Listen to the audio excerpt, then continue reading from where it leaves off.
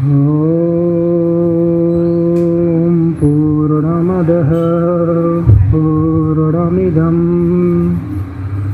पूर्णात् पूर्णमुदच्यते पूर्णस्य पूर्णमादाय पूर्णमेवावशिष्यते। ॐ शान्ति शान्ति शान्तिः। शङ्करं शङ्कराचार्यं केशवं बादरायणं सूत्रभाष्यकृतौ वन्दे भगवन्तौ पुनः पुनः। ईश्वरो गुरुरात्मेति मूर्तिभेदविभागिने व्योमवद्व्याप्तदेहाय दक्षिणामूर्तये नमः। ॐ शान्ति शान्ति शान्तिः। सच्चिदानंद भगवान को, सद्गुरुदेव भगवान को, राष्ट्रदेव पशुपतिनाथ को। ओम नमः पार्वती पतये। हर हर हर महादेव।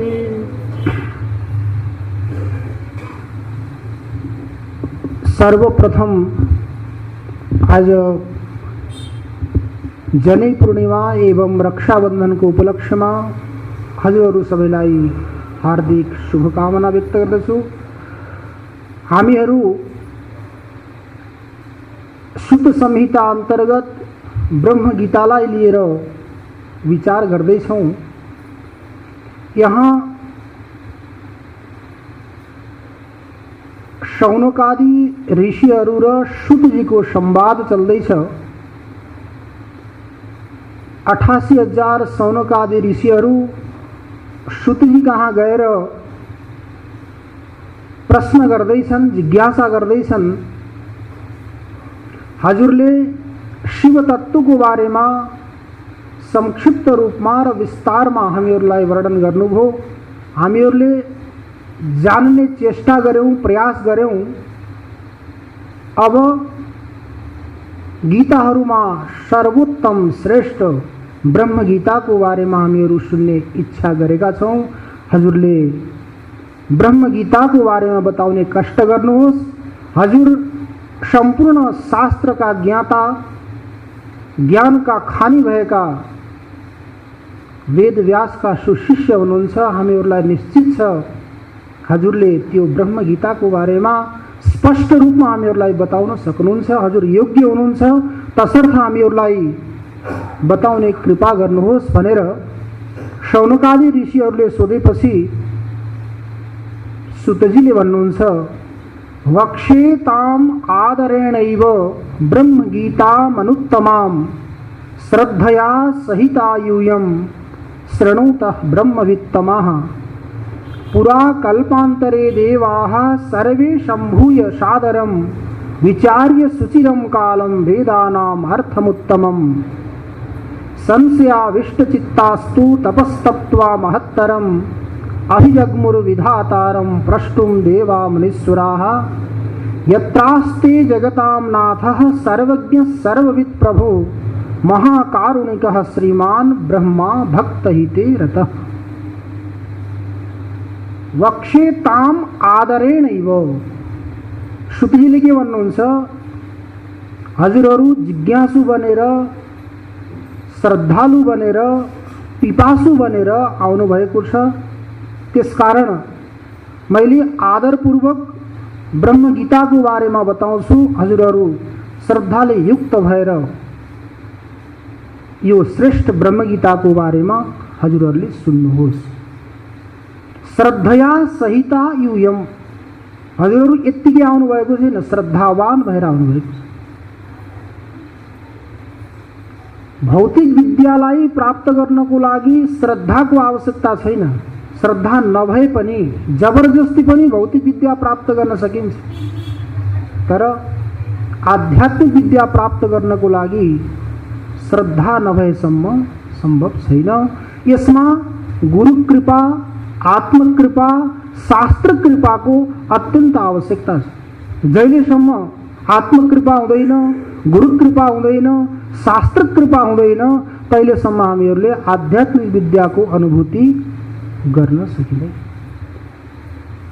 किनकि गुरुः प्रसादात् परमार्थ लाभ।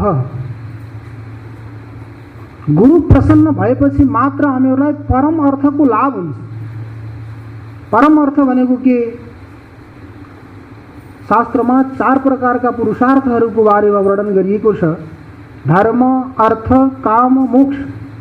धर्म, अर्थ, काम यिनीहरू के हुन्? साधन परक हुन्, पुरुषार्थ त हुन्, तर परम पुरुषार्थ होइन।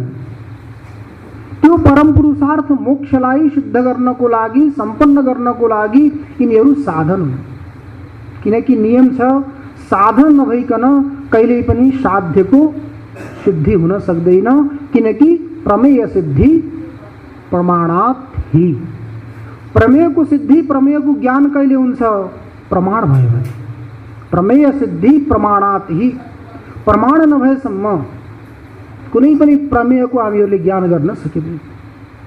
र परम पुरुषार्थ रूपी जो मोक्ष हो, परम अर्थ हो, उस त्यो तत्त्वलाई साक्षात्कार गर्नको लागि हामीहरूले साधन परक जो प्रमाणको आवश्यकता हुन्छ।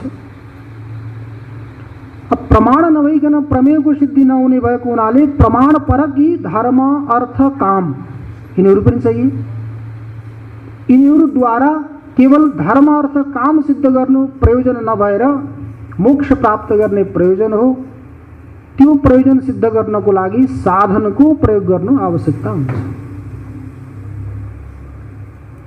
तसर्थ जहिलेसम्म श्रद्धावान हुँदैन, श्रद्धाले युक्त हुँदैन व्यक्ति साधक, तबसम्म उसले जो लक्ष्य प्राप्त गर्नुपर्ने हो, जुन परम प्रयोजन हो, त्यसको कहिल्यै पनि सिद्ध हुन सक्दैन। यही कुरो भगवानले श्रीमद् भगवत गीतामा पनि बताउनु भएको छ। श्रद्धावान लभते ज्ञानम तत्पर संयतेन्द्रिय ज्ञानम लब्ध्वा पराम शान्तिम अचिरेणाधिगच्छति। सबैभन्दा पहिला लक्षण बताउनु हो श्रद्धावान ज्ञानम लभते। श्रद्धावान कुनै पनि वस्तुमा केवल ज्ञानको लागि होइन, कुनै पनि वस्तुलाई प्राप्त गर्नको लागि त्यो वस्तुको जो प्रयोजन हो अर्थात् वस्तुको जो उपयोगिता हो त्यो सिद्ध गर्नको लागि श्रद्धा हुन आवश्यक छ।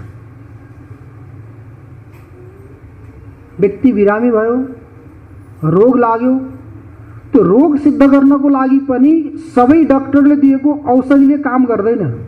औषधि उही हो, तर सबैले दिएको औषधिले बिमारीलाई ठीक गर्दैन, रोग ठीक हुँदैन।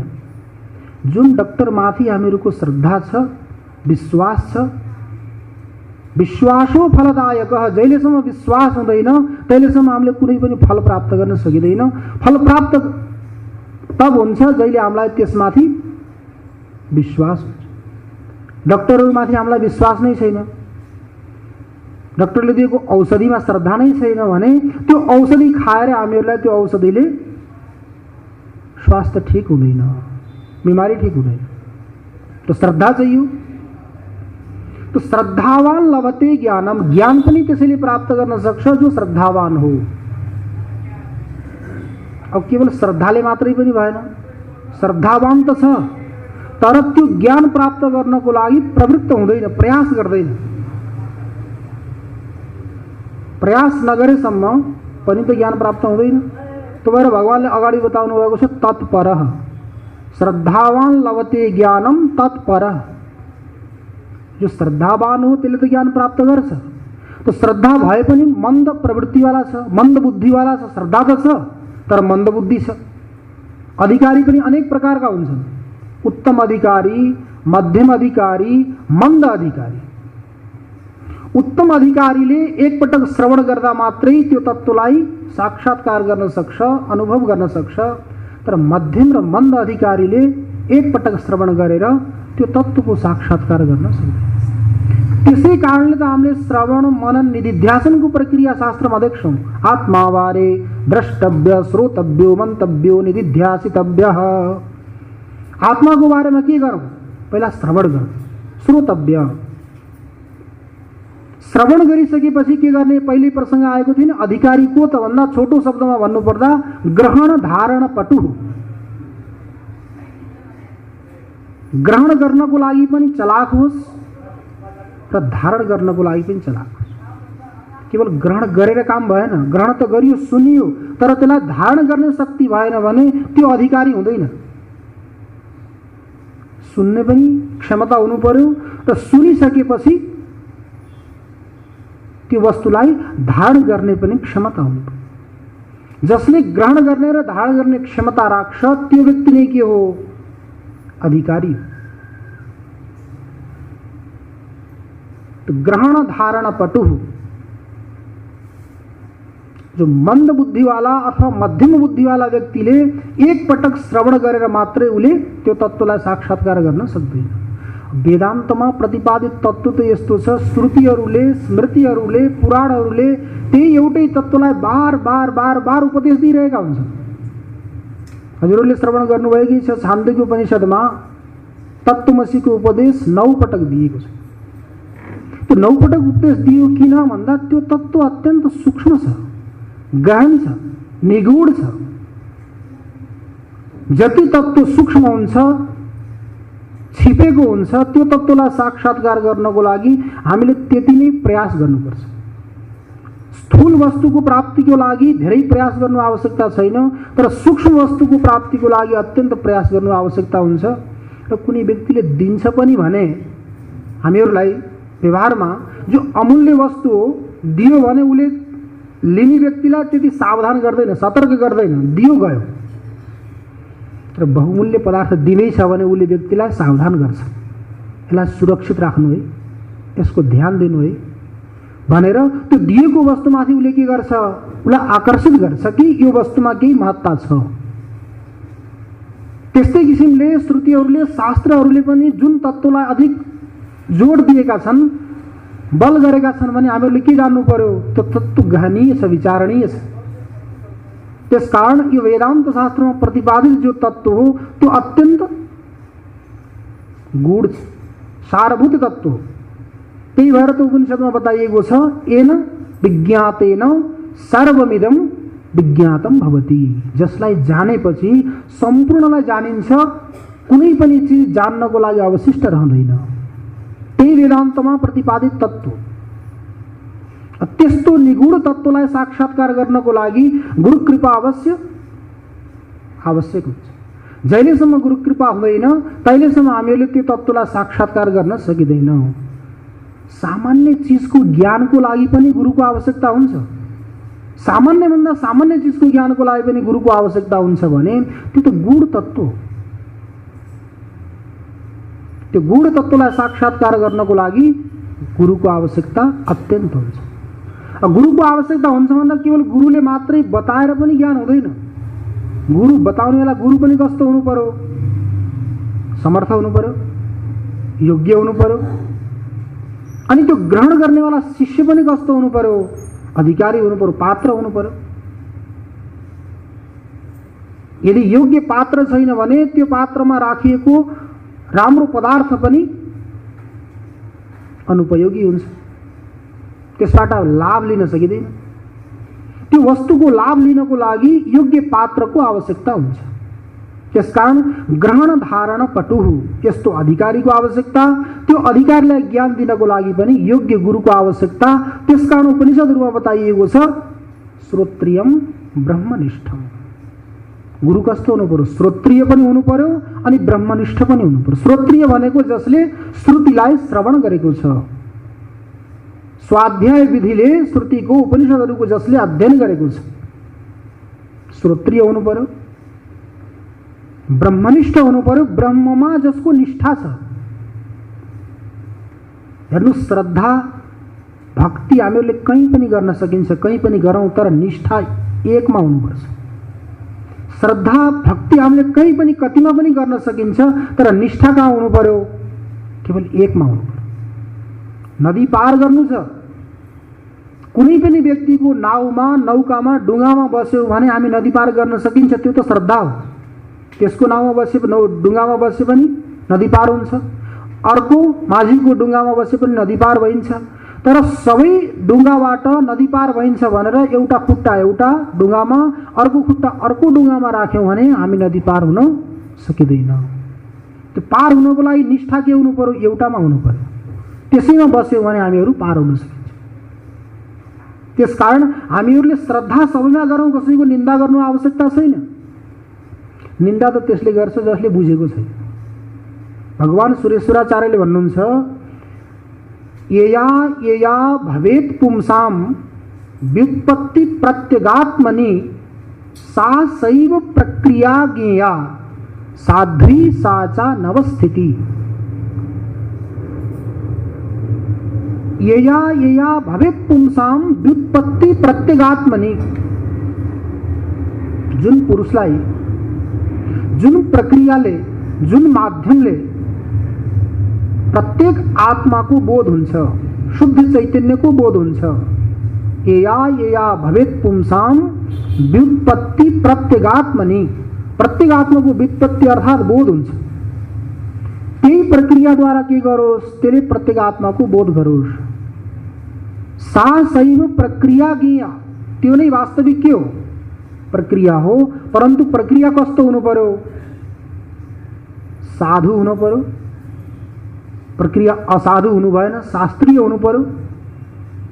अनि त्यसपछि त्यो प्रक्रियामा अनवस्था आदि दोष पनि हुनु भएन। किन भन्दा लक्षण त्यही हुन्छ जो सर्वविध दोषद्वारा रहित हुन्छ। तदेव हि लक्षणम यद अतिव्याप्ति असंभव रूप दोष त्रय शून्यम।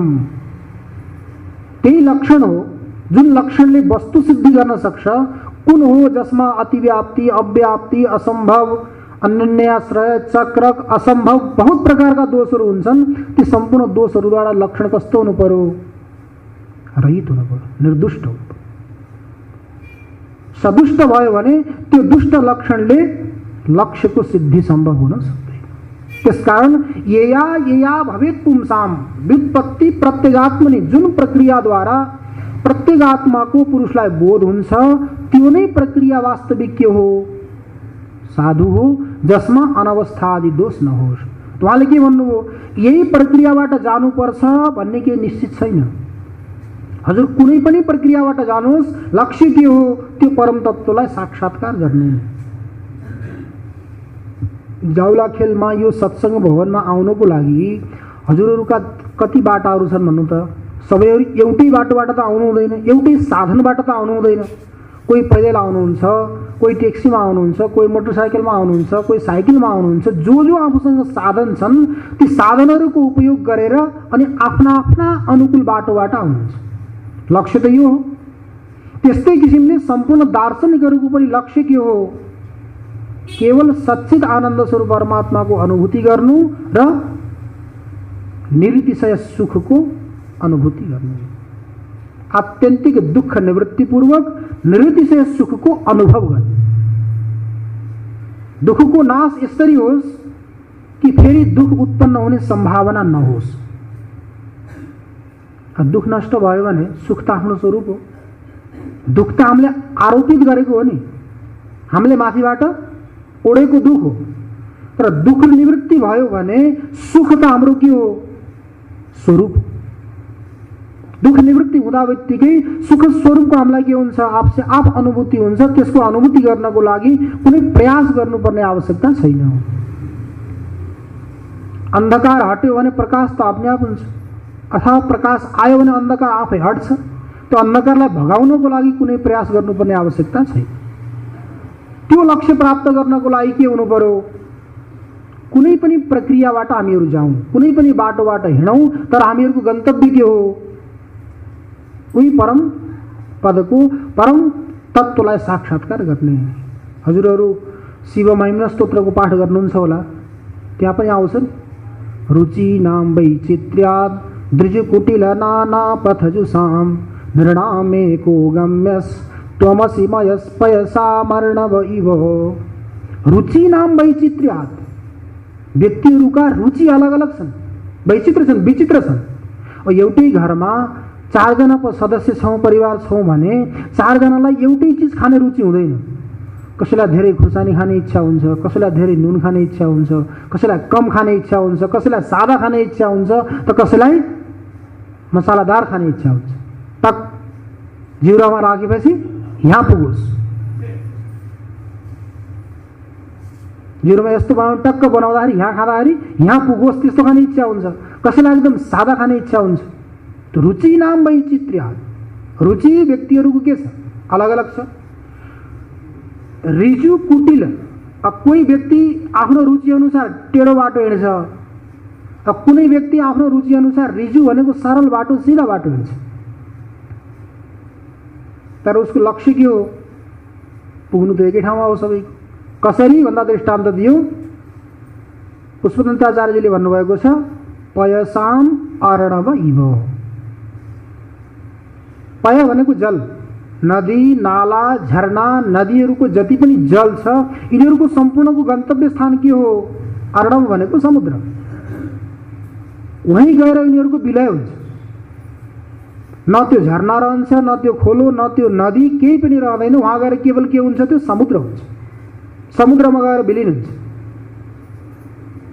तो रुचि नाम वैचित्र्यात् दृजुकुटिला नाना पथजुसाम नृणामेको गम्यस तमसी पयसाम अर्णव इव। त्यस्तै किसिमले मनुष्यहरूको पनि गन्तव्य स्थान के हो?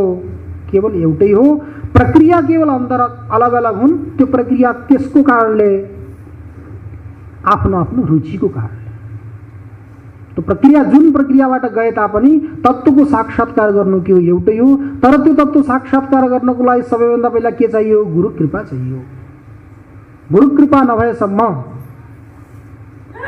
कहिल्यै पनि त्यो तत्त्वको साक्षात्कार हुन सक्दैन। श्वेता स्वतरोपनिषदमा प्रसङ्ग आउँछ, शिवे रुष्टे गुरुस्त्राता गुरु रुष्टे न कश्चन।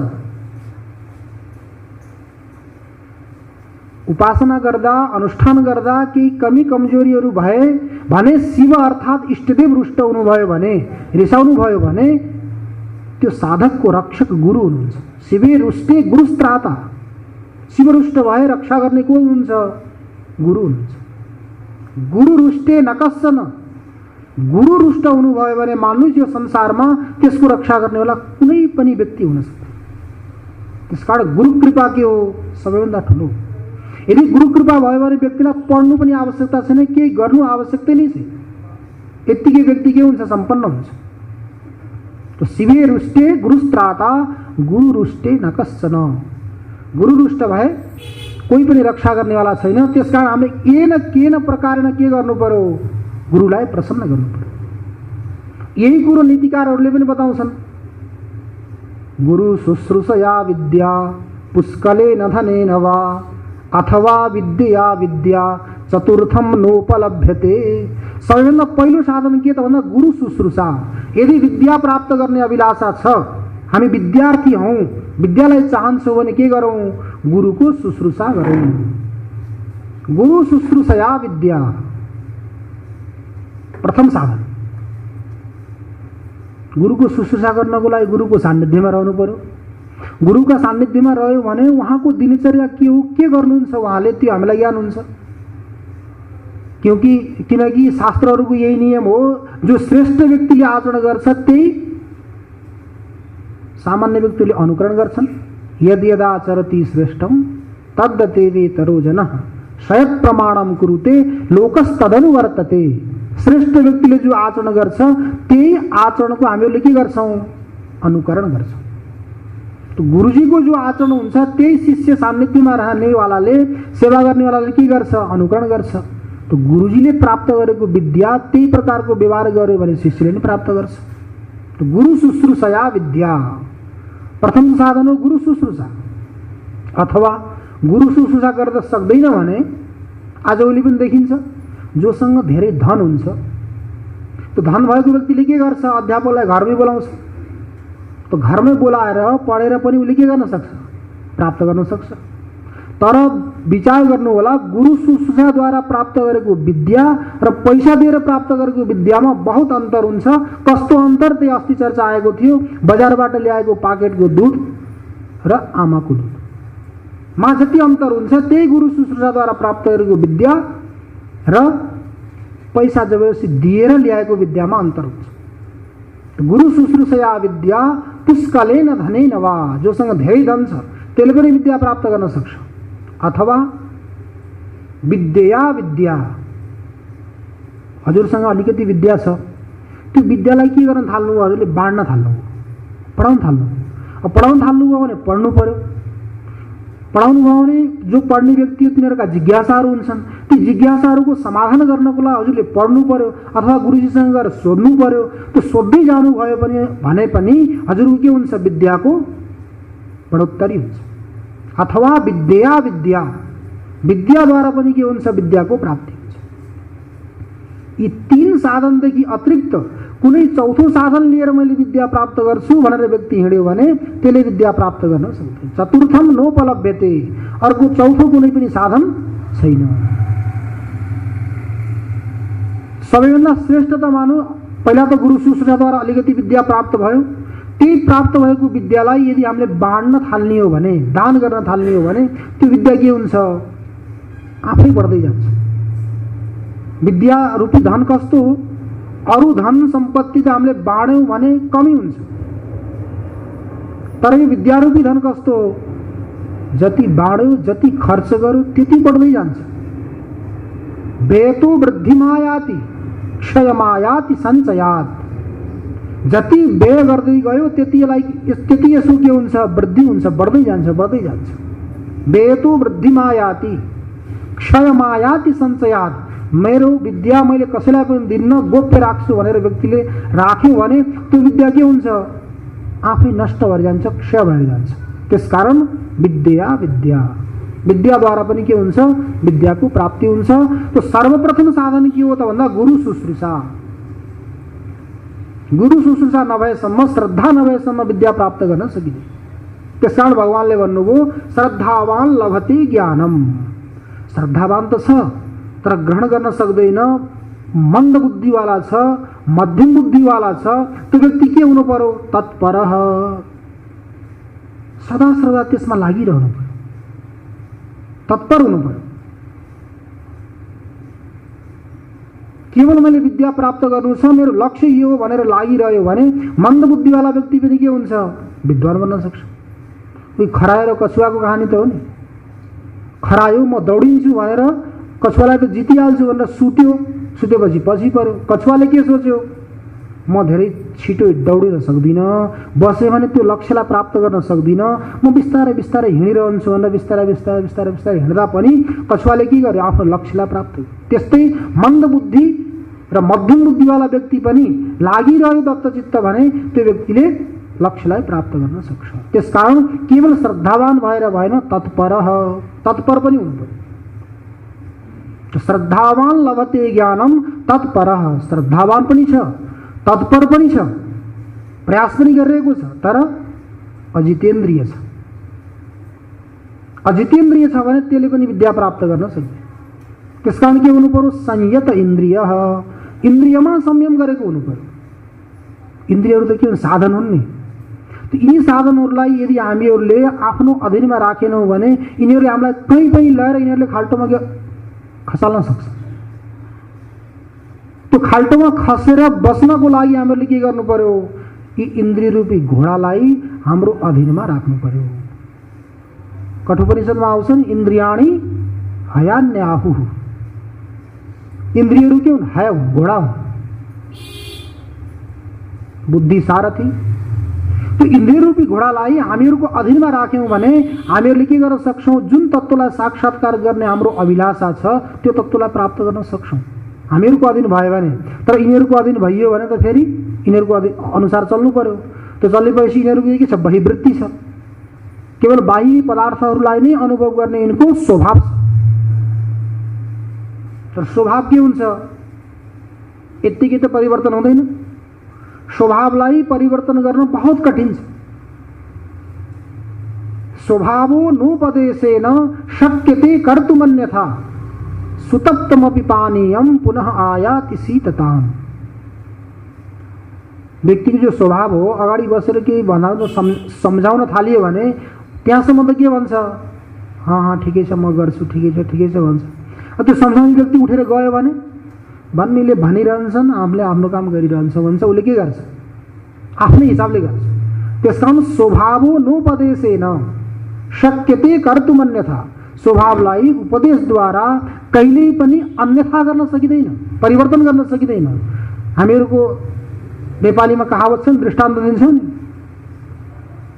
कुकुरको पुच्छा 12 वर्ष ढुङ्ग्रोमा राखे पनि त्यो बाङ्गाको बाङ्गै हुन्छ भने जस्तो व्यक्तिको जो स्वभाव हो, जन्मजात संस्कार हो, प्रकृतिले दिएको जो नियम हो, प्रकृति प्रदत्त स्वभाव कहिले पनि उपदेशद्वारा परिवर्तन। बिचरा ऊ पनि आफ्नो स्वभावले लाचार छ। जो पनि व्यक्ति होस्, आफ्नो स्वभावले लाचार भएको व्यक्ति स्वयं कष्टमा छ, तर परिवर्तन हुन सक्दैन। तो स्वभावो नोपदेशेन शक्यते कर्तुमन्यथा। दृष्टान्त कति राम्रो छ हेर्नुहोस् त। सुतप्तमपि पानीयम पुनः आयाति शीतता। पानीलाई हामीले खूब तताउँ। सुतप्तमपि पानीयम, पानी सुतप्त राम्रो प्रकारले त्यसलाई हामीले ततायौँ, खूब उमाल्यौँ। त्यो उमालिसकेर त्यहाँबाट उतारेर एकछिन राख्यौँ भने के हुन्छ?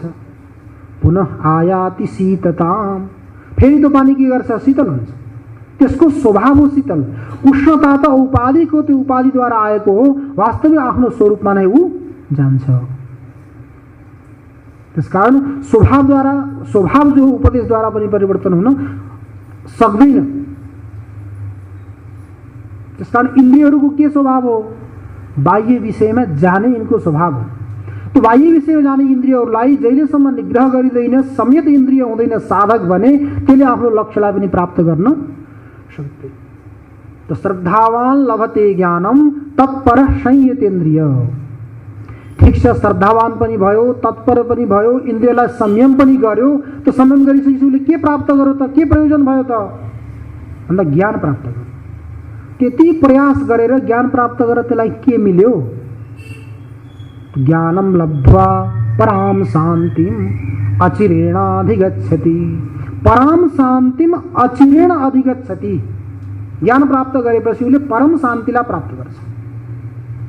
शान्तिमा परम विशेषण लगाए। परम शान्ति भनेको यस्तो शान्ति कि जसलाई प्राप्त गरिसकेपछि अशान्ति नआओस्। यही परम शान्तिलाई उहाँ भगवान भाष्यकारले भन्नुहुन्छ, परम शान्ति भनेको के? मोक्ष रूपी शान्ति, परम प्रयोजन रूपी जो शान्ति। तो परम प्रयोजन रूपी शान्तिलाई प्राप्त गरिसकेपछि अरू कुनै शान्ति प्राप्त गर्नलाई अवशिष्ट रहँदैनन्। कहिले प्राप्त गर्छ त?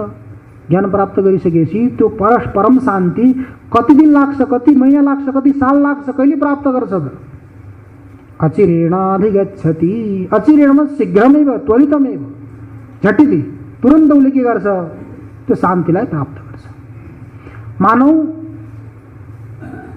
प्रकाश र अन्धकारमा, प्रकाश आएर अन्धकार जानुमा कति बेर लाग्छ? प्रकाश आयो त अन्धकार गयो। त्यस्तै किसिमले ज्ञान प्राप्त भयो त परम शान्ति आयो। ज्ञान आउँदा बित्तिकै परम शान्तिलाई आउनको लागि कुनै पनि समय लाग्दैन। त्यसकारण अचिरेण अधिगच्छति, तत्काल उसले के गर्छ? परम शान्तिलाई प्राप्त गर्छ। त्यो परम शान्तिलाई प्राप्त गर्नको लागि के चाहियो? सबैभन्दा पहिला श्रद्धा चाहियो। पहिलो साधन बताइयो श्रद्धा। जहिलेसम्म श्रद्धा हुँदैन र गुरु आचार्यहरूले दिएको उपदेशमा विश्वास हुँदैन, तहिलेसम्म त्यही उपदेशले पनि हामीलाई शान्ति प्रदान गर्न सक्दैन, शान्ति दिन सक्दैन। र कुनै पनि हामीले कार्य गर्छौँ, पढ्छौँ, मन्त्र जप गर्छौँ, अनुष्ठान गर्छौँ, त्यो अनुष्ठान गर्नको लागि पनि हामीहरूलाई केसको आवश्यकता हुन्छ? मन लगाएर गर्नुपर्ने आवश्यकता हुन्छ। पूर्ण मन लगाएर गऱ्यौँ भने त्यसले हामीलाई पुरा फल दिन्छ। यदि पूर्ण मन लगाएनौँ भने त्यसले हामीलाई फल पुरा दिँदैन। किन भन्दा जस्तो किसिमको हामीले कार्य गरिन्छ, सम्पादन गरिन्छ कार्य, त्यस्तै किसिमको हामीहरूलाई के मिल्छ? फल मिल्छ। जस्तो बीज खेतमा रोपिन्छ, बारीमा रोपिन्छ, त्यही बीजद्वारा त्यस्तै किसिमको खेती हामीहरूले प्राप्त गर्छौँ। त्यसकारण कुनै पनि कार्य गर्दा के गर्नु पर्यो? मन लगाएर गर्नु पर्यो, त्यसपछि श्रद्धापूर्वक गर्नु पर्यो। तो श्रद्धया सहितायुयम शृणुत ब्रह्मवित्तमा। सौनकादि ऋषिहरू पनि कम त छैनन्, ब्रह्मवित्तम हुन्, ब्रह्मतत्त्वलाई जान्नको लागि उनीहरू योग्य छन्, जानेका छन्। तैपनि यो ब्रह्मगीतालाई जान्ने अझ जिज्ञासा गरे। किन भन्दा यो नियम हो, हजुरले तत्त्वको साक्षात्कार गरे पनि, गरिसकेपछि पनि त्यसैको बारेमा सदा सर्वदा श्रवण मनन निधिध्यासन चिन्तन गरिरहनु पर्यो। यदि नगर्ने हो भने हाम्रो मन हो नि, मन के छ, अत्यन्त चञ्चल छ। यसले कतिखेर कहाँ लगेर हामीलाई खाल्टोमा राखिदिन्छ के निश्चित हुँदैन। त्यस कारण के भनेको छ, आसुप्ते आमृते कालम नयेद वेदान्त चिन्तया दद्यात् नावसरम किंचित कामादीनां मनाक् अपि। आसुप्ते,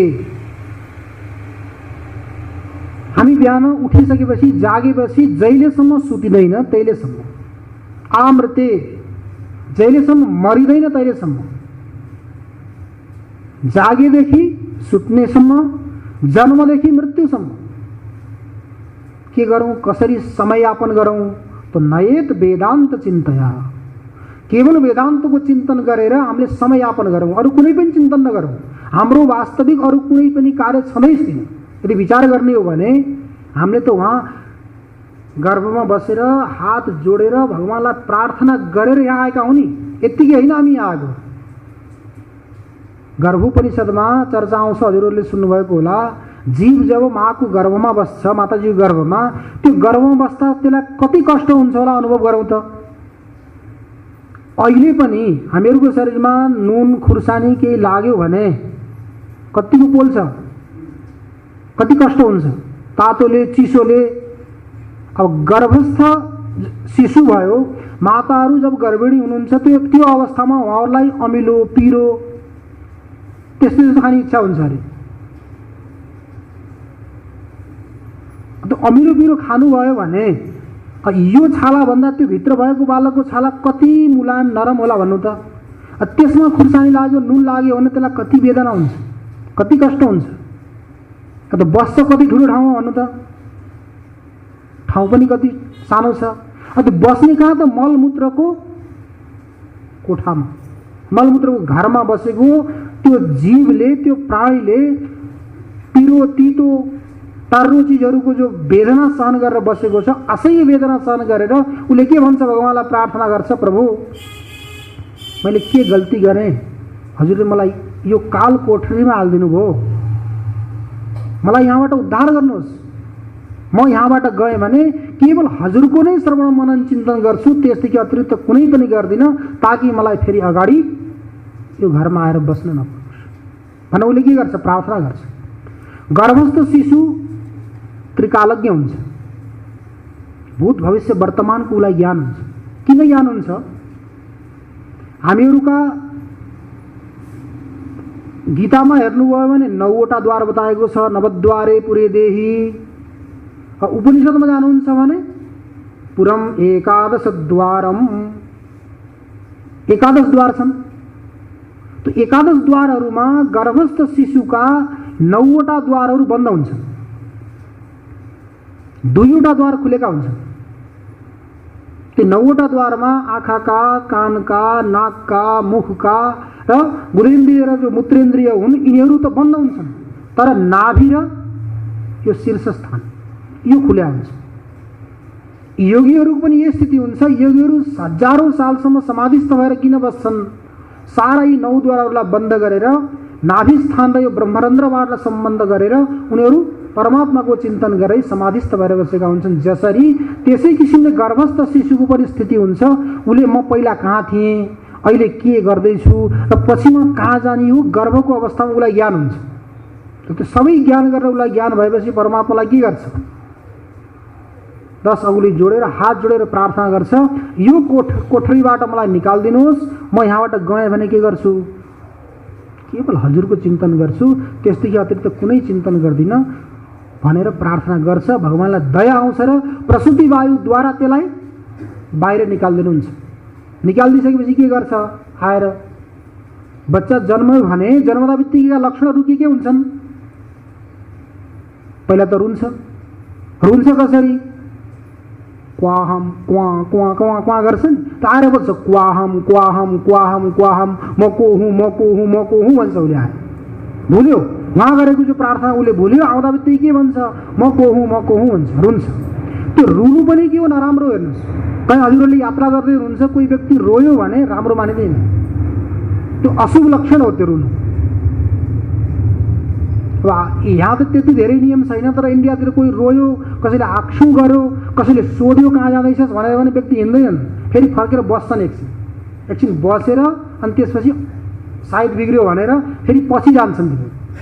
त पहिला रुनु पनि नराम्रो लक्षण हो।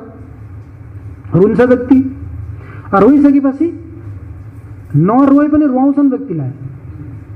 यदि जन्मेपछि व्यक्ति जिउँदो छ कि मरेको छ भनेर सिधै रोएर भने त्यसलाई पिटपाट पारेर के गर्छन्, रुवाउँछन्। रोयो भने ठिक छ ल जिउँदैछ, त्यो रुनु पनि लक्षण राम्रो होइन। अनि त्यसपछि के गर्छ, जन्मिसक्यो भने क्षीण गर्छ, किन भन्दा मलले भरिएको छ नि, सब इन्द्रियहरूका द्वारहरू सबै भरिएका छन्। ती भरिएका मललाई निकाल्नको लागि त्यो के गर्छ, हाक्सु गर्छ। त्यो हाक्सु गर्नु पनि के हो, अशुभ लक्षण हो, त्यो पनि राम्रो होइन। अनि त्यसपछि कुनै पनि शिशु उत्पन्न भयो भने छरछिमेकीहरू आएर के भन्छन्, के भयो भन्छन्, भन्दैन के भयो भन्छन्, छोरो भयो कि छोरी। अन्त के भयो, कहीँ यात्रामा हिँडिरहेको छ, कहाँ जानुहुन्छ कहाँ जाँदै हुनुहुन्छ भनेर सोध्नु के हो, नराम्रो अशुभ लक्षण हो। त्यो आउँदा बित्तिकै सम्पूर्ण लक्षणहरू के देखिए, अशुभ देखिए। अशुभ देखिएर यहाँ आउँदा बित्तिकै उसले के गर्छ, त्यो गर्भमा रहेर परमात्मालाई गरेका जति पनि बिन्तीहरू छन्, प्रार्थनाहरू छन्, सबैलाई भुल्छ। भुलेर के भन्छ, कस्तुम क्वाहम कुत आयात कामे जननी को मे तात इति परिभावय सर्वम त्यक्त्वा विश्वमसारम स्वप्न विचारम भज गोविंदम गोविंदम भज मूढ़मते। भनेर कस्तुम को हम, म को हुँ, कहाँबाट आएँ, किन आएँ, मेरो के लक्ष्य हो, मेरा को माता हुन्, को पिता हुन्, भाइ बहिनीहरू को हुन्, त्यस्ता त्यस्ता प्रश्नहरू गर्छ। जीव आइसक्यो भने सारा भुल्छ, कसैलाई कसैको त्यसलाई ज्ञान हुँदैन। बिस्तारै बिस्तारै बिस्तारै बिस्तारै आमाले के गर्नुहुन्छ, यी तेरा पिताजी हुन्, यी तेरे दाजी हुन्, ये तेरी दिदी हुन्, यो हुन् वो हुन् भनेर बिस्तारै बिस्तारै के गर्नुहुन्छ, परिचय गराउनुहुन्छ। परिचय गराउँदै गराउँदै जाँदा उहाँ गरेको प्रार्थना भुल्यो, अब यहाँ आएर के भयो, अर्को संसारमा फस्यो। त्यो फसिसकेपछि उहाँ गरेको जति पनि प्रार्थना हो त्यो सबैले उसले भुल्यो। उसले मतलब हामीहरूले सबैले के गर्यौँ, भुल्यौँ। उहाँ गरेको जो प्रार्थना हो, बिन्ती हामीलाई थाहै छैन। यहाँ आएर हामीहरूले अर्को संसार रचना गऱ्यौँ। यो संसारमा के गरेका छौँ, हिँडिरहेका छौँ। हिँडिरहँदाखेरि परमात्मालाई बहुत ग्लानि हुन्छ, बहुत कष्ट हुन्छ। यहाँ त्यस्तो स्थितिमा थियो, यति प्रार्थना गर्यो, दयनीय स्थितिमा थियो, मलाई दया आएर यहाँबाट मैले त्यसलाई छुटकारा गरिदिएँ। हेर दुर्बुद्धि कुमति, यहाँबाट गइसकेपछि के गर्यो, जति पनि गरेका प्रार्थनाहरू थिए सबै भुल्यो भनेर भगवान्ले के गर्नुहुन्छ, कहिलेकाहीँ आएर कानमा घन्टी बजाउनुहुन्छ अरे, कमसेकम थाहा पाओस् भनेर। के गर्नुहुन्छ, घन्टी बजाएर कहिले यस्तो विषम परिस्थितिमा राखिदिनुहुन्छ, कहिले यस्ता रोगहरू आउँछन्, प्रतिकूल परिस्थितिमा रहन्छ व्यक्तिले। कहिल्यै पनि अनुकूल परिस्थितिमा भयो भने परमात्माको याद गर्दैन। परमात्माको याद गर्छ त कहिले गर्छ, जहिले व्यक्ति प्रतिकूल स्थितिमा आउँछ। अनुकूल स्थितिमा त उसले अभिमान गर्छ, मेरो परिश्रमले, मेरो पुण्यको प्रभावले यो मिलेको हो, परमात्मालाई यादै गर्दैन।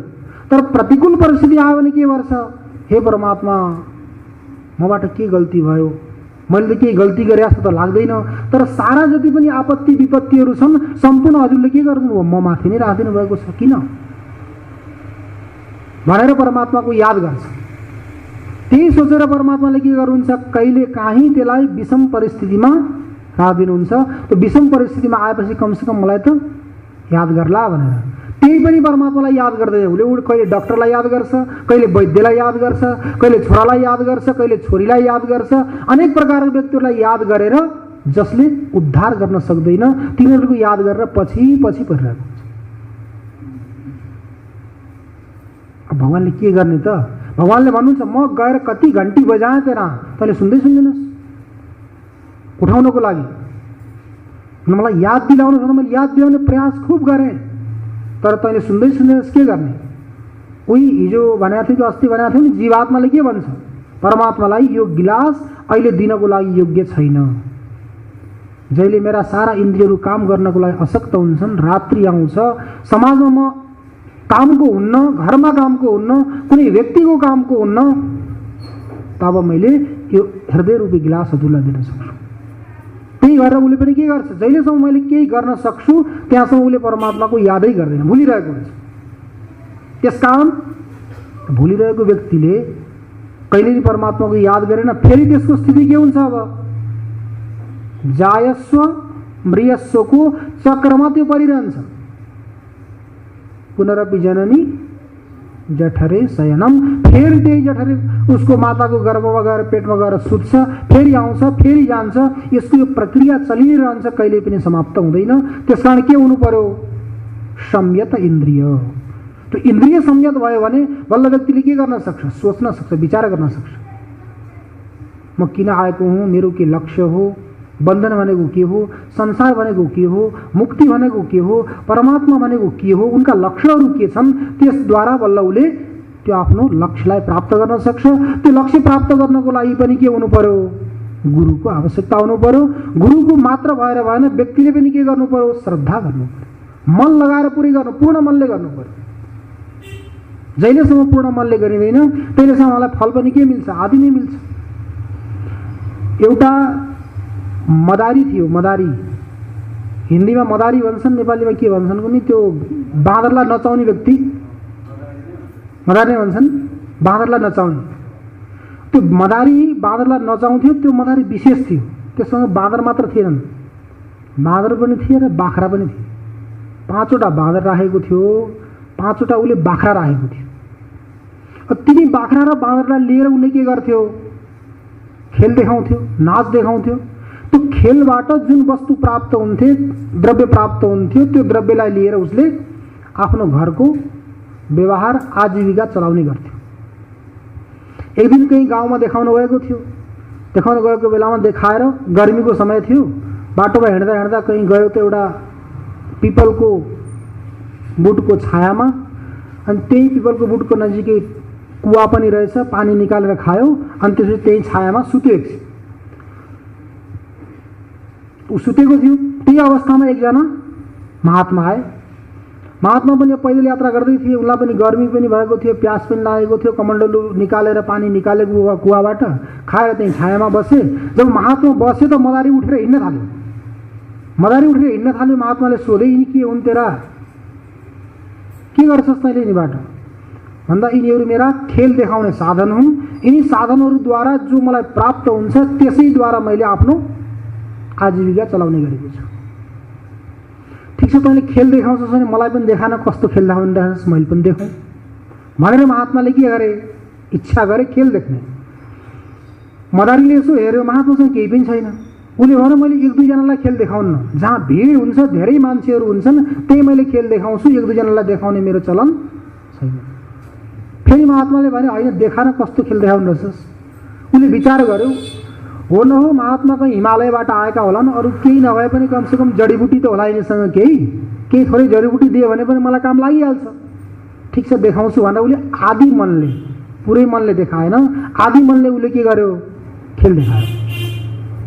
बाँदरको बाख्राहरूको उसले खेल देखे। महात्माले खेल देखिसकेपछि महात्माले के भने, ल तैँले मलाई खेल देखाइस्, बहुत राम्रो खेल देखाइस्, मलाई बहुत आनन्द आयो, ल ठिक छ, तपाईँ पनि मैले के दिने इच्छा गरेँ भन्दा महात्माले के भन्नुभयो, ल त आँखा बन्द गरेर बस, त आँखा बन्द गरेर बस, जहिलेसम्म मैले आँखा खोल भन्दिनँ तहिलेसम्म आँखा नखोल्नु, बन्द गरेर बस्नु भने। त्यसपछि त्यो मदारीले के गर्यो, आँखा बन्द गरेर बस्यो। उसँग 5वटा बाख्रा थिए, 5वटा बाँदर थिए, डमरू थियो, लाठी थियो, झोला थियो, जो पनि थिए त्यसका साधनहरू सबै राखेर उसले के गर्यो, आँखा बन्द गरेर बस्यो। अब उसले प्रतीक्षा गरिरहेको छ कि महात्माले कहिले आँखा खोल भन्लान्, के देलान् भन्ने प्रतीक्षा गरिरहेको छ। 1 मिनट भयो, 2 मिनट भयो, 5 मिनट भयो, 10 मिनट भयो, आँखा खोल भन्दैन। उसलाई शङ्का भयो, होइन केही गडबड त छैन यसमा भनेर उसले बिस्तारै आँखा खोलेर हेऱ्यो। एकैपल्ट खोलेन, बिस्तारै खोलेर हेऱ्यो त त्यसको नजिकैमा राखेको डम्बरू छैन। यसो यता हेऱ्यो त लाठी पनि छैन। अब यता खोलेर हेऱ्यो बाँदर पनि छैन, बाख्रा पनि छैन, उसको झोला पनि छैन, केही पनि छैन। पुरै खोलेर यताउता हेऱ्यो, यता पनि केही छैन, उता पनि केही छैन। आत्तियो त्यो त, ओहो मेरो आजीविकाको साधन नै समाप्त भयो। त्यो महात्मालाई मैले खेल देखाएँ, खेल देखाउने तरिका सिक्यो, सिकेपछि त मेरा बाँदरहरू सबै लिएर हिँड्यो, अब यसलाई मलाई त नष्ट गर्यो, बदमास निक्लियो त भनेर उसले महात्मालाई गाली दिँदै अगाडि हिँड्यो। बाटोमा जाँदै थियो, बाटोमा अगाडि जाँदा उताबाट शोभायात्रा आइरहेको थियो। त्यो शोभायात्रामा धेरै मान्छेहरू थिए, हात्ती पनि थियो। त्यो हात्तीले सुँडमा एउटा माला लिएर आएको थियो। घटना के भएको थियो, त्यो नगरको राजा मरेको थियो। त्यहाँको नियम थियो, कहीँ राजाका छोरा राजा हुन्छन्, कहीँ चुनावमा जितेर राजा हुन्छन्, अलग अलग नियम हुन्छ नि। त्यहाँको नगरको के नियम थियो, राजा मरेपछि राजाको हात्तीले जसलाई माला लगाइदिन्छ त्यो राजा हुन्छ, यो नियम थियो। अब शोभायात्रा आइरहेको थियो, हात्ती पनि थियो, यताबाट मदारी जाँदै थियो, उताबाट शोभायात्रा आउँदै थियो। त्यो हात्तीले त आएर त्यो मदारीलाई के गरिदियो, माला लगाइदियो। माला लगाइदिइसकेपछि सबैले जय जयकार गरे। सबै मान्छेहरूले भने तपाईँ हाम्रो राजा हुनुभयो, तपाईँ हाम्रो राजा हुनुभयो। मदारी त अचम्मै पर्यो, म कसरी राजा भएँ भन्दा उनीहरूले उहाँको नियम बताए। यहाँको यो नियम छ, राजा मरिसकेपछि राजाको हात्तीले माल्यार्पण गर्छ। जुन व्यक्तिलाई माल्यार्पण गर्यो त्यो व्यक्ति के बन्छ, यहाँको हाम्रो देशको राजा बन्छ। यो हाम्रो नियम छ। ठिकै छ, केही भएन, कमसेकम बाख्रा हराए, बाँदर हराए, डमरुमरु हराएपछि राजा त भएँ, म राज्य त पाएँ भनेर ऊ खुसी भएर के गर्यो, हात्तीमा बसेर आरामले गएपछि त्यसलाई धेरै प्रकारका उबटनहरू लगाएर स्नान गराइयो, आभूषणहरू पहिराइयो, राम्रा कपडाहरू लगाएर उसलाई राजा बनाइयो। मदारी राजा भयो। राजा भइसके उसका रानीहरू भए, नोकरानीहरू भए, नोकरहरू भए, मन्त्रीहरू भए, सैनिकहरू भए, धेरै साधनहरूद्वारा सुसज्जित भएर ऊ बस्यो। धेरै साल भयो, आनन्दमा रह्यो, भुल्यो उसले। त्यही महात्माको कृपाले म राजा भएको हुँ, यो सुख सुविधा मैले त्यही महात्माको कृपाले पाएको भन्ने कुरो उसले स्मरण नै गरेन, भुल्यो। धेरै साल बितिसकेपछि एकपटक के भयो, मन्त्री आएर भन्यो, महाराज हाम्रो छिमेकी राजाले हाम्रो राज्यमा आक्रमण गर्दैछ, अब लडाइँ हुने स्थिति भयो, लडाइँको लागि हजुर पनि जानुपर्छ। ऊ त मदारी भन्या त छैन, सैनिकलाई म मदारी हुँ भन्ने भित्र थाहा छ नि उसलाई, युद्ध गर्ने कुशलता त उसलाई आउँदैन। उसले भित्रभित्र सोच्यो, ल मरे, अब अहिलेसम्म त आनन्दमा थिएँ, अब युद्ध गर्न त मलाई आउँदैन। उसले सैनिकलाई भने, होइन म नगए हुँदैन। सैनिकले के भन्छ, हजुर नगए त हुँदैन, सबैभन्दा अगाडि त हजुरै लाग्नुपर्छ, अब म त मरे, जसरी जानै पर्यो। अनि त्यसपछि उसले के गर्यो, सुसज्जित भएर हात्तीमा चढेर लडाइँ गर्नको लागि ऊ जाँदै थियो। जाँदाखेरि जुन पिपलको बुटाको तल महात्मा भेटिएका थिए, त्यसका बाँदरहरू बाख्राहरू हराएका थिए, त्यही बाटो लिएर गए सैनिकहरूले। त्यो पिपलको बुटालाई देख्दा बित्तिकै उसलाई स्मरण आयो, ओहो यही बुटाको तल त महात्मा भेटिएका थिए, यही मेरा सम्पूर्ण साधनहरू हराएका थिए, त्यहीँदेखिबाट म राजा पनि भएको थिएँ। हो न हो तिनी महात्माको कृपाले त होइन म राजा भएको। यदि तिनी भेटिए भने म अहिले युद्धमा जाँदैछु, म त मदारी हुँ, क्षेत्रीय त होइन, युद्ध गर्ने क्षमता त मसँग छैन, उनलाई थाहा छ। कमसेकम युद्ध गर्नबाट मलाई बचाइदिन्छन् कि भन्ने सोच गर्दै थियो। यसो हेर्दा हेर्दै त त्यहाँ महात्मा पनि छन् त्यही पिपलको बुटा मुनि। उसले सैनिकलाई के भन्यो, ल हात्ती रोक्यो। हात्ती रोकेर हात्तीबाट उत्रेर महात्मासँग गयो, साष्टाङ्ग दण्डवत गर्यो। साष्टाङ्ग दण्डवत गरेपछि महात्माले के भने, अरे मदारी त राजा भइस्, हजुरको कृपाले म राजा भएँ भन्। आजसम्म त याद गरिनस्, मस्तीमा रहिस्, अहिले आएर तिम्रो कृपाले राजा भएँ भन्दैछस्, कहाँ जाँदैछस् भनेर सोद्धा। अब के भनौँ, हजुरलाई त थाहै छ म मदारी हुँ, क्षेत्रीय त होइन। छिमेकी राजाले आक्रमण गर्यो, युद्धको लागि जाँदैछु, हजुरले मलाई युद्ध गर्नबाट बचाइदिनुहोस् भनेर भन्दा महात्माले के भने, ऊ एउटै उपाय, बस आँखा बन्द गर, बसेर आँखा बन्द गर भने। ऊ बसेर के गर्यो, आँखा बन्द गरेर उसले त सोचेको थियो कि युद्ध गर्नबाट बचुला, तर उनले के गरे, राजपाट जति पनि प्राप्त भएको थियो, ती हात्ती, ऊ सुसज्जित भएको व्यक्ति, आभूषणहरू, सैनिकहरू, सेवादार व्यक्तिहरू सबैलाई के गरिदिए, लुप्त गरिदिए। एकछिनपछि आँखा खोल्छ त के छ, डम्बरू पनि हुँइछ, त्यो लाठी पनि हुँइछ, बाँदर हुँइछन्, बाख्रा हुँइछन्। त्यो स्थिति आफ्नो आभूषण पहिलाको जस्तो स्थितिमा थियो त्यस्तै स्थितिमा अहिले छ। महात्मा पनि त्यही छन्। यसो हेर्छ त सारा परिवर्तन भयो। उसले के भन्दैछ, मैले त युद्धबाट मात्र बचाउन भनेको थिएँ हजुरलाई, हजुरले त मलाई सारा राज्यबाट के गरिदिनु भयो, हटाइदिनु भयो, के भयो यस्तो भन्दा महात्माले के भन्छन्, भाइ तैँले मलाई खेल देखाएको थिइस् नि, तैँले मलाई खेल देखाएको थिइस्, त्यही खेलको बदलामा मैले पनि यो खेल देखाएँ तेरोलाई। तैँले यदि पूर्ण मनले श्रद्धापूर्वक मलाई पूरा खेल देखाउँथिस् भने त राजा भएको व्यक्ति सदा सर्वदा राजा नै बनिरहन्थिस्, तँलाई मदारी हुनुपर्ने आवश्यकता थिएन। तर तैँले खेल कसरी देखाएको थिइस्, अश्रद्धाले, आधीभन्दा पनि आधी मनले देखाएको थिइस्, मन नगरिकन देखाएको थिइस्, जबरजस्ती। त्यसपछि पनि तँलाई यत्रो फल मिल्यो, आनन्द लिइस् नि। त्यो आनन्द कहाँबाट मिल्यो, त्यो दिएको यही कृपाबाट। तर हामीहरूले के गर्छौँ, त्यही केवल त्यो मदारीको स्थिति होइन, त्यही स्थिति हामीहरूको छ। हामीहरू पनि त मदारी हौँ। त्यो मदारी भनेको केवल सामान्य मदारी होइन, जीवात्मा हो।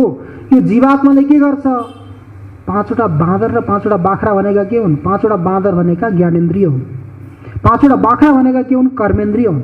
हामीहरूले के गर्छौँ, यिनी ज्ञानेन्द्रिय र कर्मेन्द्रियलाई लिएर यिनीहरू इन्द्रियबाट खेल देखाएर यिनबाट जो प्राप्त हुन्छ वस्तु, त्यही वस्तुलाई लिएर हामीले के गर्छौँ, हाम्रो आजीविका चलाउने प्रयास गर्छौँ। तर त्यो परमात्माको कृपाले, सन्तको कृपाले सफलता प्राप्त गर्यौँ भने त्यसलाई हामीले के गर्छौँ, भुल्छौँ। कहिल्यै पनि त्यसलाई याद गर्दैनौँ, हामीहरू कृतज्ञ छौँ। कहिले पनि उसलाई धन्यवाद पनि दिँदैन। हेर्नु त, एक गिलास कसैले पानी दियो भने प्यास लागेको बेलामा त्यसलाई हामीले धन्यवाद भन्छौँ। तर परमात्मा हामीलाई के दिएको छ सोचौँ। आँखामा देख्ने शक्ति दिएको छ, कानमा सुन्ने शक्ति दिएको छ, नाकमा सुँघ्ने शक्ति दिएको छ, रसनेन्द्रियमा चाख्ने शक्ति दिएको छ, चोखेन्द्रियमा छुने शक्ति दिएको छ, हातमा समात्ने शक्ति दिएको छ, खुट्टामा हिँड्ने शक्ति दिएको छ, सोच्ने शक्ति दिएको छ, विचार गर्ने शक्ति दिएको छ। त्यसलाई हामीले कहिले याद गर्छौँ? हामी त आफै अभिमानमा गर्भेण तुङ्गम शिरो, गर्भले शिरलाई अगाडि गरेर हिँड्छौँ, मैले गर्दा यो भएको हो, म नभएको भए यो सारा हुने थिएन भनेर आफैमा अभिमान गरेर हिँडिरहेका हुन्छौँ। त्यो परमात्माले गरेको परोपकारलाई भुलेर हामीहरू कृतज्ञ भएर बसेका छौँ। त्यसकारण हामीले के गर्नु पर्यो, हेर्नुहोस्, अरू केवल देख्ने सुन्ने शक्ति मात्र होइन, यो शरीरमा दुख्ने जो वेदना हो नि, त्यो वेदनालाई अनुभूति गर्ने शक्ति पनि त्यसले दिएको छ। यदि वेदनाको अनुभूति नहुने हो भने कतिपय व्यक्तिहरू यस्ता हुन्छन् जसको बिडी पिउने इच्छा स्वभाव हुन्छ, बिडी पिउँदा पिउँदा तिनीहरूको हात जलेको हुन्छ तर थाहा पाउँदैनन्। किन भन्दा त्वगेन्द्रियमा शक्ति छैन, वेदना छैन थाहा पाउने। बिडी पिउने स्वभाव छ, पियो, बिडी पिँदै पिँदै त सकिँदै गयो तर थाहा हुँदैन, त जलिरहेको हुन्छ। जलेर गनायो भने अनि त्यसै घ्राणेन्द्रियले थाहा पाउँछ कहीँ केही जल्यो, हेर्दा त हातै जलिहाल्छ। त्यो वेदना शक्ति पनि परमात्माले दिएको छ, त्यो पनि हाम्रो माथि के गरेको छ, उसले दया गरेको छ, कृपा गरेको छ। त्यसको दया कृपा नभएसम्म हामीहरूलाई वेदना शक्तिलाई स्मरण गर्ने, याद गर्ने सामर्थ्य पनि हामीहरूमा आउँदैन। ज्ञान पनि उसैले दिन्छ, स्मृति पनि उसैले दिन्छ। ज्ञान र स्मृतिलाई नष्ट गर्ने पनि उही हो, अपोहनञ्च। ज्ञान पनि उसैले बनायो, स्मृति पनि उसैको कृपाले हुन्छ। तो त्यो ज्ञान स्मृतिलाई बिस्तारै बिस्तारै जब हाम्रा इन्द्रियहरूले काम गर्दैनन्, अब वहाँ जाने बेला आउँछ, उसले चिठी पठाउँछ, त्यसपछि सारा चिजहरू हामीले के गर्दै जान्छौँ, भुल्दै जान्छौँ, भुल्दै जान्छौँ, भुल्दै जान्छौँ। त्यसकारण हामीले के गरौँ, यी इन्द्रियहरू, ज्ञानेन्द्रिय र कर्मेन्द्रिय लिएर हामीले खेल देखाइरहेका छौँ। यिनीको अगाडि पछाडि त दौडिरहन्छौँ नि, भन्नु त यही हुन्छ नि हामीहरूको। यदि यिनीहरूको अगाडि पछाडि नदौडेर हामीले विचार गरेर हामीहरूको के वास्तविक लक्ष्य हो त, त्यो सिद्ध गर्नको लागि के गर्नु पर्यो, श्रद्धा चाहियो। यदि त्यो मदारीले श्रद्धापूर्वक सम्पूर्ण मनले ती महात्मालाई खेल देखाउँथ्यो भने त्यो राजा नै हुन्थ्यो। फेरि रङ्क भएर मदारी भएर त्यो डमरू लिएर हिँड्नुपर्ने आवश्यकता थिएन। त्यस्तै किसिमले हामीहरूले पनि परमात्माको कृपाले यो मनुष्य रूपी शरीर प्राप्त गरेका छौँ। देवताहरू पनि मनुष्यलाई देखेर डाहा गर्छन् अरे। देवताहरूलाई त्यो परमात्माको चिन्तन गर्ने, श्रवण गर्ने अवसर मिलेको छ, हामीहरूलाई मिलेको छैन भनेर देवताहरू पनि के गर्छन्, डाहा गर्छन्। त्यस्तो अमूल्य यो निधिलाई प्राप्त गरेर हामीहरूले के गर्छौँ, यसको दुरुपयोग गर्छौँ। त्यो दुरुपयोग नगरौँ र श्रद्धापूर्वक के गरौँ, सदा सर्वदा आत्माको बारेमा, परमात्माको बारेमा चिन्तन गर्दै यो हाम्रो समय यापन होस्। जसद्वारा हामीहरूको यो जन्म सार्थक होस् र यो कक्षाबाट हामीहरूलाई फेरि तल उत्रिन नपरोस्, अगाडि अगाडि जाउँ। त्यस्तै किसिमले यहाँ पनि के गर्नुभयो, सम्पूर्ण ऋषि महर्षिहरू सुतजी कहाँ गएर भन्नुहुन्छ, हामीहरू श्रद्धापूर्वक आएका छौँ, हजुरले यो तत्त्व हामीहरूलाई प्रतिपादन गर्नुहोस् भन्दा सुतजीले के भन्नुहुन्छ, पुरा कल्पान्तरे देवा सर्वे शम्भूय सादरम विचार्य सुचिरम कालम वेदानाम अर्थमुत्तमम। देवताहरूको सभा बस्यो अरे, देवताहरू एकत्र भएर त्यो वेदार्थ भने वेदले प्रतिपादन गरिने जो तत्त्व हो त्यो तत्त्वको बारेमा विचार गर्न थाले। एक दिन होइन, 2 दिन होइन, 3 दिन होइन, सुचिरम कालम, धेरै दीर्घकाल त दीर्घकालसम्म उनीहरूले के गरे, चिन्तन गरे। चिन्तन गर्दा गर्दै पनि के भए, संशयाविष्ट चित्ताः, उनीहरूलाई निश्चित भएन अरे कि यही तत्त्व हो भन्ने कुरो, इदमित्थम गरेर निश्चित गर्न सकेनन्, संशयाविष्ट भए। संशयित भयो भने के हुन्छ, संशयात्मा विनश्यति, संशयात्मा संशय भयो भने व्यक्ति के हुन्छ, नष्ट हुन्छ। तो संशय भइसकेपछि देवताहरूले के गरे, अभिजग्मुर विधातारम, विधाता ब्रह्माजी कहाँ गए, विधाता कहाँ गएर उनले के भन्छन्, हामीले त्यो वेदार्थलाई जान्न चाहन्छौँ, वेदमा प्रतिपादन गरिएको जो तत्त्व हो त्यो तत्त्वलाई हामीले साक्षात्कार गर्न चाहन्छौँ, त्यो तत्त्वलाई हजुरले बताउनुहोस्। किनकि हजुर के हुनुहुन्छ, हजुर जगताम नाथ, सम्पूर्ण जगतको हजुर के हो, नाथ हो, पति हो, मालिक हो, अनि हजुर के हुनुहुन्छ, सर्वज्ञ पनि हो अनि सर्वविद पनि हो। यस सर्वज्ञ सर्वविद यस्य ज्ञानमयम तपः, जो सर्वज्ञ हो अनि जो सर्वविद हो। तो सर्वज्ञ र सर्वविद यसो हेर्दा त एउटै जस्तो लाग्छ, तर त्यसमा अलिकति अन्तर छ नि। सर्वज्ञ अनि सर्वविद सामान्य रूपले पदार्थको ज्ञान गर्नेवाला व्यक्तिलाई भनिन्छ सर्वज्ञ। सामान्य रूपले जुन व्यक्तिले पदार्थको ज्ञान गर्छ त्यो व्यक्तिको नाम के हो, सर्वज्ञ। सामान्येन सर्वं जानाति इति सर्वज्ञ। सामान्य रूपले मतलब मनुष्यत्वेन रूपेण मनुष्यलाई जान्नु, मनुष्यत्वेन रूपेण केवल मनुष्यको ज्ञान गर्नु त्यो के हो, सर्वज्ञ हो। ब्राह्मण, क्षेत्री, वैश्य, शूद्र, पुरुष, स्त्री, देवदत्त, यज्ञदत्त, ब्रह्मदत्त, चैत्र, मैत्र एक एक गरेर जान्नु के हो, सर्वविद हो। विशेष रूपले जान्नेवाला व्यक्तिलाई भनिन्छ सर्वविद, सामान्य रूपले जान्नेवाला व्यक्तिलाई भनिन्छ सर्वज्ञ। अब यो सर्वज्ञ र सर्वविदको बारेमा फेरि आयो, समय पनि भइसकेको छ, यो विचार फेरि भोलि गरौँला। त्यो सर्वज्ञ कसरी र सर्वविद कसरी, जो सर्वज्ञ व्यक्ति हो त्यसले पनि सारा उपदेश गर्न सक्दैन, जो केवल सर्वविद हो त्यसले पनि उपदेश गर्न सक्दैन। उपदेश उनी व्यक्तिले गर्न सक्छ जो सर्वज्ञ पनि हो सर्वविद पनि हो, सामान्य रूपले पनि जानेको छ र विशेष रूपले पनि जानेको छ। पहिला सामान्य रूपले बताउनु पर्यो, त्यसपछि गएर फेरि एक एक गरेर विशेष रूपले बतायो भने बल्ल व्यक्तिले अनुभव गर्न सक्छ। तर हजुर कस्तो हुनुहुन्छ, सर्वज्ञ पनि हो सर्वविद पनि हो, यो तत्त्वलाई बताउन हजुर योग्य हुनुहुन्छ, समर्थ हुनुहुन्छ, तसर्थ हामीहरूलाई बताउनुहोस् भनेर देवताहरूले ब्रह्माजीलाई प्रार्थना गरे। ओम पूर्णमदः पूर्णमिदं पूर्णात् पूर्णमुदच्यते पूर्णस्य पूर्णमादाय पूर्णमेवावशिष्यते। ओम शांति शांति शांति। शंकरं शंकराचार्यं केशवं वादरायणं सूत्रभाष्य कृतौ वन्दे भगवन्तौ पुनः पुनः। ईश्वरो गुरुरात्मेति मूर्तिभेदविभागिने व्योमवद्व्याप्तदेहाय दक्षिणामूर्तये नमः। ओम शांति शांति शांति। सच्चिदानंद भगवान को, सद्गुरुदेव भगवान को, राष्ट्रदेव पशुपतिनाथ।